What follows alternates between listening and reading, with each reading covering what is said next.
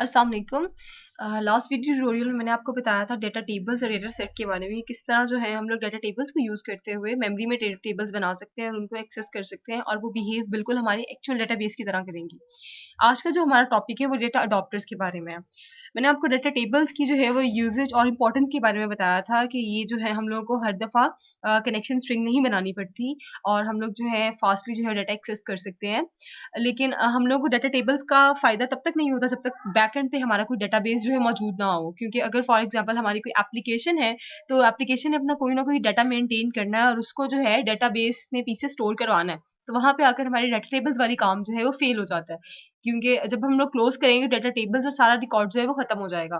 तो हम लोग ये काम करने के लिए कि हम लोग डाटा जो है वो एक्सेस भी डाटा टेबल्स के थ्रू जल्दी कर लें और at the end of the day जब हम लोगों ने जितनी भी चेंजिंग्स की अपनी मेमोरी के टेबल्स में वो कमिट हो जाए हमारे बैकएंड पे डेटाबेस पे, हम लोग डेटा अडॉप्टर्स यूज़ करते हैं।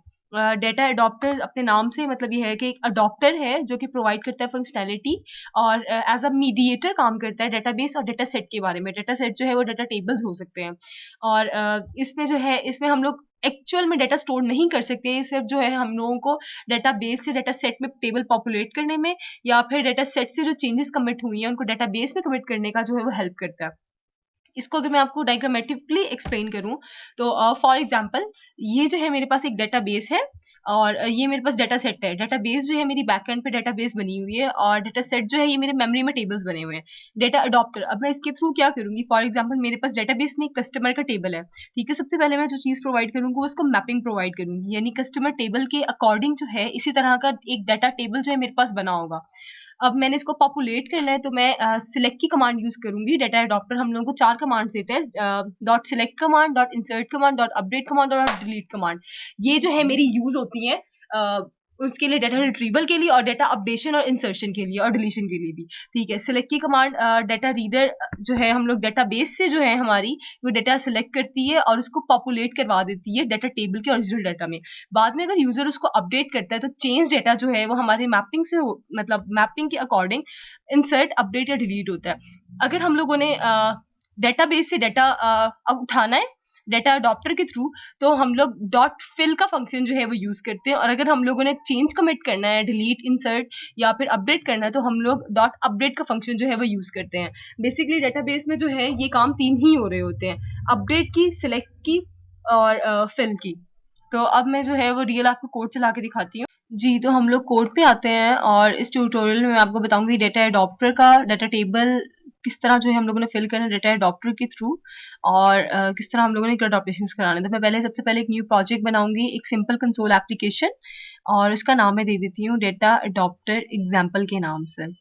जी, तो मैंने जो है एक कंसोल एप्लीकेशन जो है वो बना ली है और इसमें जो है सबसे पहला काम जो मैं करूँगी वो मैं एक डेटाबेस जो है वो क्रिएट करूँगी। वो डेटाबेस जो है मैं क्रिएट किस तरह करूँगी, राइट क्लिक करूँगी, ऐड न्यू आइटम, लेफ्ट पे डेटा और यहाँ पे सर्विस बेस्ड डेटाबेस राइट पे। और ये देखिए मेरे पास जो है एक क्रिएट हो जाएगी एक डेटाबेस 1.mdf के नाम से एक डेटाबेस। मैं इसको डबल क्लिक करके खोलूँगी, टेबल्स में जाकर राइट क्लिक करके ऐड न्यू टेबल और टेबल का नाम मैं दे देती हूँ यूजर्स के नाम से। जी और इसके अंदर मैं 2 कॉलम्स जो है वो ऐड करना चाहूँगी। एक जो होगा वो यूज़र नेम के नाम से होगा और दूसरा जो होगा वो पासवर्ड के नाम से होगा। तो मैं पहले आईडी की जो है उसको मैं रीनेम करती हूँ यूज़र नेम के नाम से और दूसरा जो है पासवर्ड के नाम से। मैं यूज़र नेम की जो है वो डाटा टाइप चेंज करके वारचार में चेंज कर दूँगी और पासवर्ड को भी मैं वारचार रख दूँगी। ठीक है, मैं अपडेट करूँगी डेटाबेस को और जी, ये मैंने डेटाबेस अपडेट कर दी और इसके अंदर 2 कॉलम्स यूज़र नेम और पासवर्ड के नाम से बन गए हैं। अब मैंने इसमें डाटा जो है कमिट करवाना है तो उसी तरह tables, right click, show table data और मैं पहली रो रखवाऊँगी इसमें ज़ोहा और पासवर्ड रखूँगी मैं एबीसी और दूसरे में यूज़र नेम में आमना और पासवर्ड रखूँगी XYZ। ठीक है, ये मेरा डाटा जो है कमिट हो गया। मैं इसकी कनेक्शन स्ट्रिंग कॉपी करूँगी, डेटाबेस पे डबल क्लिक करूँगी और राइट पे आकर यहाँ पर इसकी कनेक्शन स्ट्रिंग जो है मैं वो कॉपी कर लूँगी ताकि मैं कनेक्शन एस्टैब्लिश कर लूँ। मेन में आकर सबसे पहले मैं क्या कर रही हूँ, मैं एक जो है कनेक्शन के नाम से एक स्ट्रिंग बना रही हूँ और जिसके अंदर जो है मैं अपनी कनेक्शन स्ट्रिंग जो है वो पेस्ट करूँगी। तो कनेक्शन स्ट्रिंग नेम से एक स्ट्रिंग बन रही है और मैं ऐड का साइन इस पे पहले यूज़ कर रही हूँ ताकि मैं इसकी बैक स्लैशेस को रिजॉल्व कर सकूँ। अब मैं एक SQL कनेक्शन टाइप का जो है ऑब्जेक्ट बनाऊँगी कॉन और इसको जो है मैं इसके अंदर कनेक्शन स्ट्रिंग जो है मैं अपनी पास करूँगी। ये मेरा एरर इसलिए आ रहा है क्योंकि मैंने एसक्यूएल और डाटा क्लाइंट जो है वो नहीं इंपोर्ट किया हुआ। तो मैं एरर रिजॉल्व करने के लिए जो है अपना इंपोर्ट करूंगी system dot data dot SQL client. ये मैंने इंपोर्ट कर दिया, तो देखिए मेरा एरर जो है वो रिजॉल्व हो गया है। अब मैंने कनेक्शन जो है वो एक क्रिएट कर लिया है, कनेक्शन स्ट्रिंग जो है मैंने पास कर ली है। अब जो है मैं सबसे पहले काम क्या करूंगी, मैं जो मेरा डेटाबेस है जिसके अंदर भी मैंने 2 रोज कमिट करवाई है उससे मैं रीड करूंगी, और वो जो काम है मैं सारा डाटा जो है मेमोरी में एक डाटा टेबल क्रिएट करूंगी और उसके अंदर जो है मैं ला के रखवाऊंगी। तो सबसे पहले जो है मैं क्या कर रही हूँ, मैं क्यूरी डिफाइन कर रही हूँ, सिलेक्ट स्टेरिक फ्रॉम, जिस टेबल से जो है मैंने रिट्रीव करना है उसका नाम। तो मैंने सिलेक्ट स्टेरिक फ्रॉम यूजर्स जो है वो कर ली है। एसक्यूएल कमांड टाइप की जो है मैं एक बना रही हूँ, एक एसक्यूएल कमांड टाइप का एक ऑब्जेक्ट सीएमडी के नाम से जी, और उसके अंदर जो है मैं अपनी क्यूरी और कनेक्शन जो है वो पास करूंगी। यहाँ पे क्यूरी जो है मेरी, हाँ जी, क्यूरी और कनेक्शन जो है वो मैंने पास कर दिया अपना। ठीक है, अब जो है मैंने क्या काम करना है, मैंने एसक्यूएल डाटा अडॉप्टर का जो है मैंने वो एक ऑब्जेक्ट बनाना है जो कि क्या करेगा, हमारे डेटाबेस में से जो है वो डाटा रिट्रीव करेगा और मेमोरी में डाटा टेबल जो है उसको डालेगा। जी, यहाँ पे जो है मैंने कॉमे की जगह जो है वो डॉट डाल दिया था। हाँ जी, ये मेरा रिजॉल्व हो गया है। ठीक है, तो मैंने एक डाटा अडॉप्टर बनाया जो कि मेरा एक मेडिएटर जो है डाटा टेबल और डाटाबेस के दरमियान में जो है वो करेगा। इसके अंदर क्योंकि मैंने पहले सिलेक्ट की कमांड करनी है, तो de डॉट सिलेक्ट कमांड जो है मैं उसके अंदर अपनी जो कमांड मैंने बनाई है एसक्यूएल कमांड उसका जो है वो रखवा दूंगी। अब जो है मैं डाटा टेबल जो है फिल करूंगी, उससे पहले सबसे पहले मुझे मेमोरी में एक डाटा टेबल बनाना पड़ेगा। तो डाटा टेबल का मैं एक ऑब्जेक्ट जी, मैं एक टेबल बना रही हूँ न्यू डाटा टेबल के नाम से जी, और इसके लिए भी जो है मुझे सिस्टम डॉट डाटा जो है वो इंपोर्ट करना पड़ेगा डाटा टेबल। जी, मैंने ये इंपोर्ट कर लिया है। अब जो है मैं इसके अंदर जो है मुझे कोई रोज नहीं क्रिएट करनी पड़ेगी, मैं सिर्फ डाटा अडॉप्टर का जो मेरा ऑब्जेक्ट है डॉट फिल करूंगी और जो टेबल मैंने फिल करना है उसके अंदर उसका पैरामीटर मैं उसको दे दूंगी, तो मेरे पास ये जो है ये फिल हो जाएगा, ऑटो फिल हो जाएगा। अब मैंने चेक करना है कि मेरी मेमोरी में जो है वो आया है नहीं, तो उसके लिए मैं फॉर ईच का लगाऊंगी और एक लूप लगाऊंगी और उसके अंदर डाटा रो जो है बारी बारी रिट्रीव करवाऊंगी जो मेरी मेमोरी में टेबल है उससे। तो मेरे पास जो है डाटा रो इन टेबल जो मेमोरी में टेबल है डॉट रोज, जब तक उसकी है तो मेरा जो है वो प्रिंट करवाता रहेगा। तो यहाँ पे ये देखिए मैंने क्या किया है, सिर्फ एक सिलेक्ट कमांड डाटा अडॉप्टर की सिलेक्ट कमांड को इनिशियलाइज कर दिया और डॉट फिल का जो है मैंने वो मेथड यूज कर लिया है मेमोरी में टेबल जो है फिल करवाने के लिए। अब मैं प्रिंट करवा रही हूँ इसको, यूजर नेम वही तरीका जो मैंने आपको डाटा टेबल का बताया था, इंडेक्सिंग के थ्रू जो है मैं वो प्रिंट करवा रही हूँ। पहला जो है मेरा यूजर नेम और पासवर्ड, इस वक्त जो है मेरे पास 4 रिकॉर्ड जो है वो रिट्रीव होंगे और ये जो है मैं एक्सेस कर रही हूँ उनको मेमोरी के डाटाबेस के थ्रू। जी, ये देखिए reading from DB, user name Amna, Zoha और उनके रिलेटिव जो है वो पासवर्ड्स, और ये जो है मैंने मेमोरी में लाके रखवाए थे डाटा अडॉप्टर के थ्रू। ठीक है, अब मैंने जो है वो अगर इंसर्ट करना डाटा अपने डाटा टेबल में और डाटा टेबल के थ्रू जो है मैं डाटाबेस में इंसर्ट करना चाहती हूँ, तो उसका तरीका भी बिल्कुल सिंपल है। हम लोग जो है मैं आपको दिखाती हूँ, हम लोग सबसे पहले जो है एक इंसर्ट की क्यूरी लिखेंगे, फिर उसी तरह जो है हम लोग एसक्यूएल कमांड बनाएंगे इंसर्ट की क्यूरी के लिए। डाटा अडॉप्टर डॉट के ऑब्जेक्ट है जो डीए, उसकी इंसर्ट कमांड में वो कमांड जो इनिशियलाइज करवा लेंगे और डीए डॉट फिल की जगह डीए डॉट अपडेट का जो है वो मेथड चला देंगे। बल्कि उससे पहले हम लोग एक रो भी बनाएंगे। सबसे पहले मैं क्या काम कर रही हूँ, मैं एक क्यूरी जो है वो डिफाइन कर रही हूँ, बल्कि जो पिछली क्यूरी है मैं उसको ओवरराइड कर रही हूँ इंसर्ट की क्यूरी के लिए। यहाँ पे जो मैं क्यूरीज जो डिफाइन कर रही हूँ वो पैरामीटराइज क्यूरी है।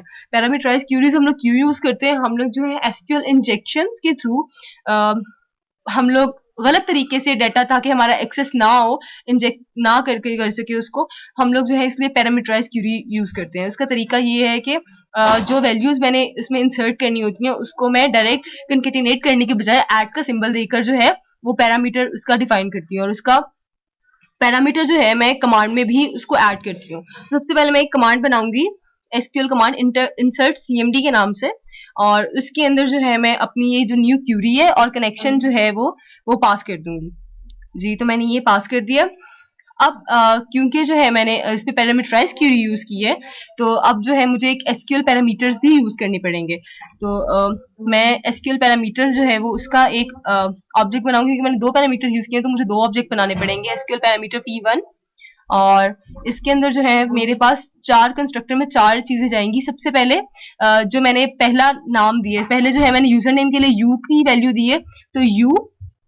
दूसरी चीज जो जाएगी उसकी डाटा टाइप जाएगी कि इसकी डाटा टाइप क्या थी, तो उसका मेथड ये एसक्यूएल डीबी टाइप डॉट वारचार, इसकी वारचार थी उसमें, और इसकी लेंथ कितनी होगी और वो किस कॉलम पे जाकर जो है वो मैप हो रही है। ठीक है, और इसी तरह मैं इसको कॉपी करूंगी दूसरा पैरामीटर बनाने के लिए भी।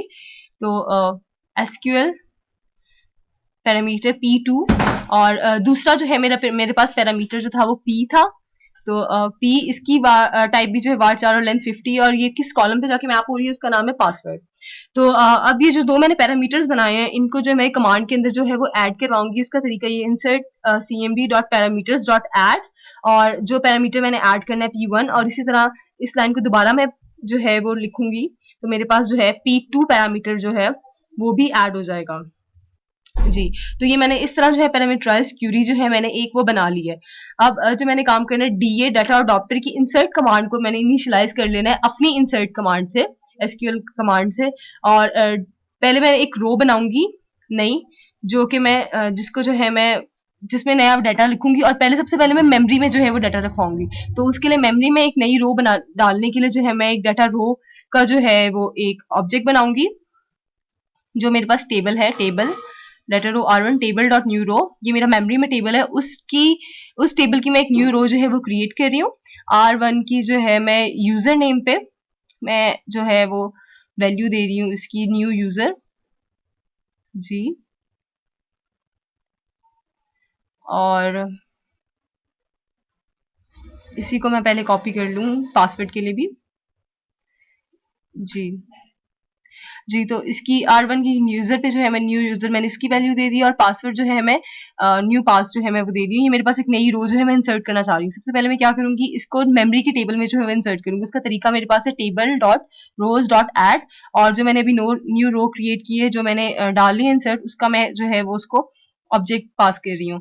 अब जो है डीए डॉट अपडेट की कमांड दूंगी, और उसके अंदर जो मैंने टेबल अपडेट करना है पैरामीटर में वो दूंगी, तो मेरे पास ये जो है ये अपडेट हो जाएगा। अब मेरे पास जो है इस क्यूरी ने डीए डॉट अपडेट की इस फंक्शन ने जो है मेरे पास जो मेमोरी में मैंने जो चीजें ऐड की थी वो मेरी जो है एक्सटर्नल डेटाबेस में जो है उन चीजों को ऐड कर दिया है। ये मेरा अपडेट का फंक्शन हम लोग इंसर्ट डिलीट और अपडेट के केस में जो है वो यूज करते हैं, जहां पर जो है हमारे मेमोरी में जो है थोड़ी चेंज आ रही होती है, और वो चेंज जो है हम लोग कमिट करना चाहते हैं उसके एक्सटर्नल डेटाबेस में भी। तो अब जो है मैं इसको प्रिंट करवाऊंगी। मैंने ऊपर वाला प्रिंट का जो है वो लूप उसको कर दिया है, तो ये देखें ये मेरे पास यूजर नेम और न्यू पासवर्ड जो है वो आ गया। ये मैंने जो है टेबल जो है ये मेमोरी में जो है मेमोरी टेबल मैंने उसमें से दिखाया। अगर मैं आपको दिखाऊं कि मैं नया डाटा जो है मेरे पास यहाँ पे एक्सटर्नल डेटाबेस में कमिट हुआ, रिफ्रेश करूंगी तो ये देखें मेरे पास एक जो है नया डाटा यहाँ पे एक नई रो यहाँ पे भी कमिट हो चुकी है। तो हम लोग अपडेट डीए डॉट फिल का यूज करते हैं हम लोग उसको रिट्रीव करने के लिए डाटा बेस से डाटा टेबल्स में, और डीए डॉट अपडेट का कमांड का यूज करते हैं हम लोग अपडेट करने के लिए कोई भी चेंज वहां से डाटा टेबल से मेमोरी से डाटा बेस में। ठीक है, अब मैं अगला जो काम करूंगी वो मैं एक रो अपडेट करूंगी डाटा टेबल में, और उसको फिर मैं अपडेट करवाना चाहूंगी अपने डाटा बेस में। तो सबसे पहले मैं क्या करूंगी, मैं एक क्यूरी लिखूंगी, बल्कि मैं क्या करती हूँ मैं इस सबको जो है वो पेस्ट करती हूँ और इसी क्यूरी को जो है मॉडिफाई कर देती हूँ। तो मैं यहाँ पर जो है ये सारी चीज ये पेस्ट कर रही हूँ, इसको जो मैं अनकमेंट करूंगी जी। तो क्यूरी की जो है इसको मेरे पास जो क्यूरी है मैं इसको जो है वो कर रही हूँ एडिट करूंगी, और इसको जो मैं अपडेट की क्यूरी करा लूंगी। तो अपडेट यूजर और सेट करूंगी, मैं इसका पासवर्ड चेंज करना चाह रही हूँ। पासवर्ड इज इक्वल टू ये एक दफा फिर जो मैं पैरामीटराइज क्यूरी और ये वेयर की क्लास में यूजर नेम जो है मैं वो चेंज करूंगी जी। तो अब जो है दूसरी एसक्यूएल कमांड जो है इंसर्ट कमांड, इसका जरूरी नहीं है लेकिन फिर भी मैं किसी उससे मुश्किल से बचने के लिए जो है मैं अपडेट कमांड जो है वो यूज करूंगी ताकि कोई एम्बिग्विटी ना रहे। एसक्यूएल पैरामीटर्स मेरे उसी तरह ऐड होंगे। ठीक है, इंसर्ट कमांड की जगह मैं अपडेट कमांड जो है यहाँ पे पैरामीटर्स में ऐड करूंगी, और डीए डॉट इंसर्ट कमांड अब जो है मेरे पास अपडेट की कमांड है, तो मैं डाटा अडॉप्टर के साथ जो मेरी कमांड यूज होगी उसको भी मैं चेंज करूंगी यहाँ पर। लेकिन उससे पहले यहाँ पे जी da डॉट अपडेट कमांड। जी, डेटा अडॉप्टर की अपडेट कमांड में जो है मैं अपडेट cmd जो है वो उसको इनिशियलाइज कर रही हूँ। अब जिस रो को मैंने अब करना है, अपडेट करना है, वो मैं रो लूंगी। सिलेक्ट के क्लॉज से आपको मैंने बताया था कि हम लोग कोई भी जो है उसके सिलेक्ट के मेथड में कोई भी क्लॉज देंगे और वो जो है हमारे पास रोज नंबर ऑफ रोज जो है वो रिटर्न कर देगा। लेकिन अभी हमें फिलहाल ये पता है कि हमारे पास एक ही रो रिटर्न होगी और हम लोगों ने उसी को करना है। तो user name is equal to Amna, ही मैंने क्लॉज दे दिया और मेरे पास जो है वो रो रिटर्न हो गई है। मैं पहली रो जो मेरे पास आएगी उसी का जो कॉलम होगा पासवर्ड में उसको जो है अपडेट कर रही हूँ। तो R0 जो है वो बता रहा है कि मेरे पास पहली रो जो रिटर्न होगी मतलब आमना के यूजर नेम से और उसका जो कॉलम होगा पासवर्ड, और उसके न्यू पास 123 जो है मैं कर रही हूँ अपडेट। पहले आमना का मेरे पास पासवर्ड था XYZ, अब मैं जो है 123 कर रही हूँ। इसी तरह जो है ये मेरे पास जो है सबसे पहले मैं इसको मेमोरी में जो है वो करवाऊंगी और फिर जो है मैं एक्सटर्नल डेटाबेस में कमिट करवाऊंगी। तो जी, इसको मैंने रन किया है। तो ये देखें, ये मेरे पास जो मेमोरी वाला है उसमें जो है आमना में न्यू पास जो है वो चेंज हो गया। मैं इसको एक्सटर्नल डेटाबेस में करवाऊंगी, इसको रिफ्रेश करके मैं आपको दिखाऊं तो ये देखें आमना के यहाँ पर भी जो है मेरे पास पासवर्ड जो है वो चेंज हो गया हुआ है। जी, तो ये जो है ये वाली चीज जो है इसने हमारी मेमोरी में वो किया और दूसरी अपडेट वाली चीज ने जो है हमारे एक्सटर्नल डेटाबेस को अपडेट कर दिया। अब जो है हम लोग काम करेंगे वो डिलीशन के लिए करेंगे कि पहले हम लोग जो है डाटा टेबल मेमोरी के डाटा टेबल में डिलीट करेंगे और वही काम जो है हम लोग एक्सटर्नल डेटाबेस में भी डिलीट करेंगे।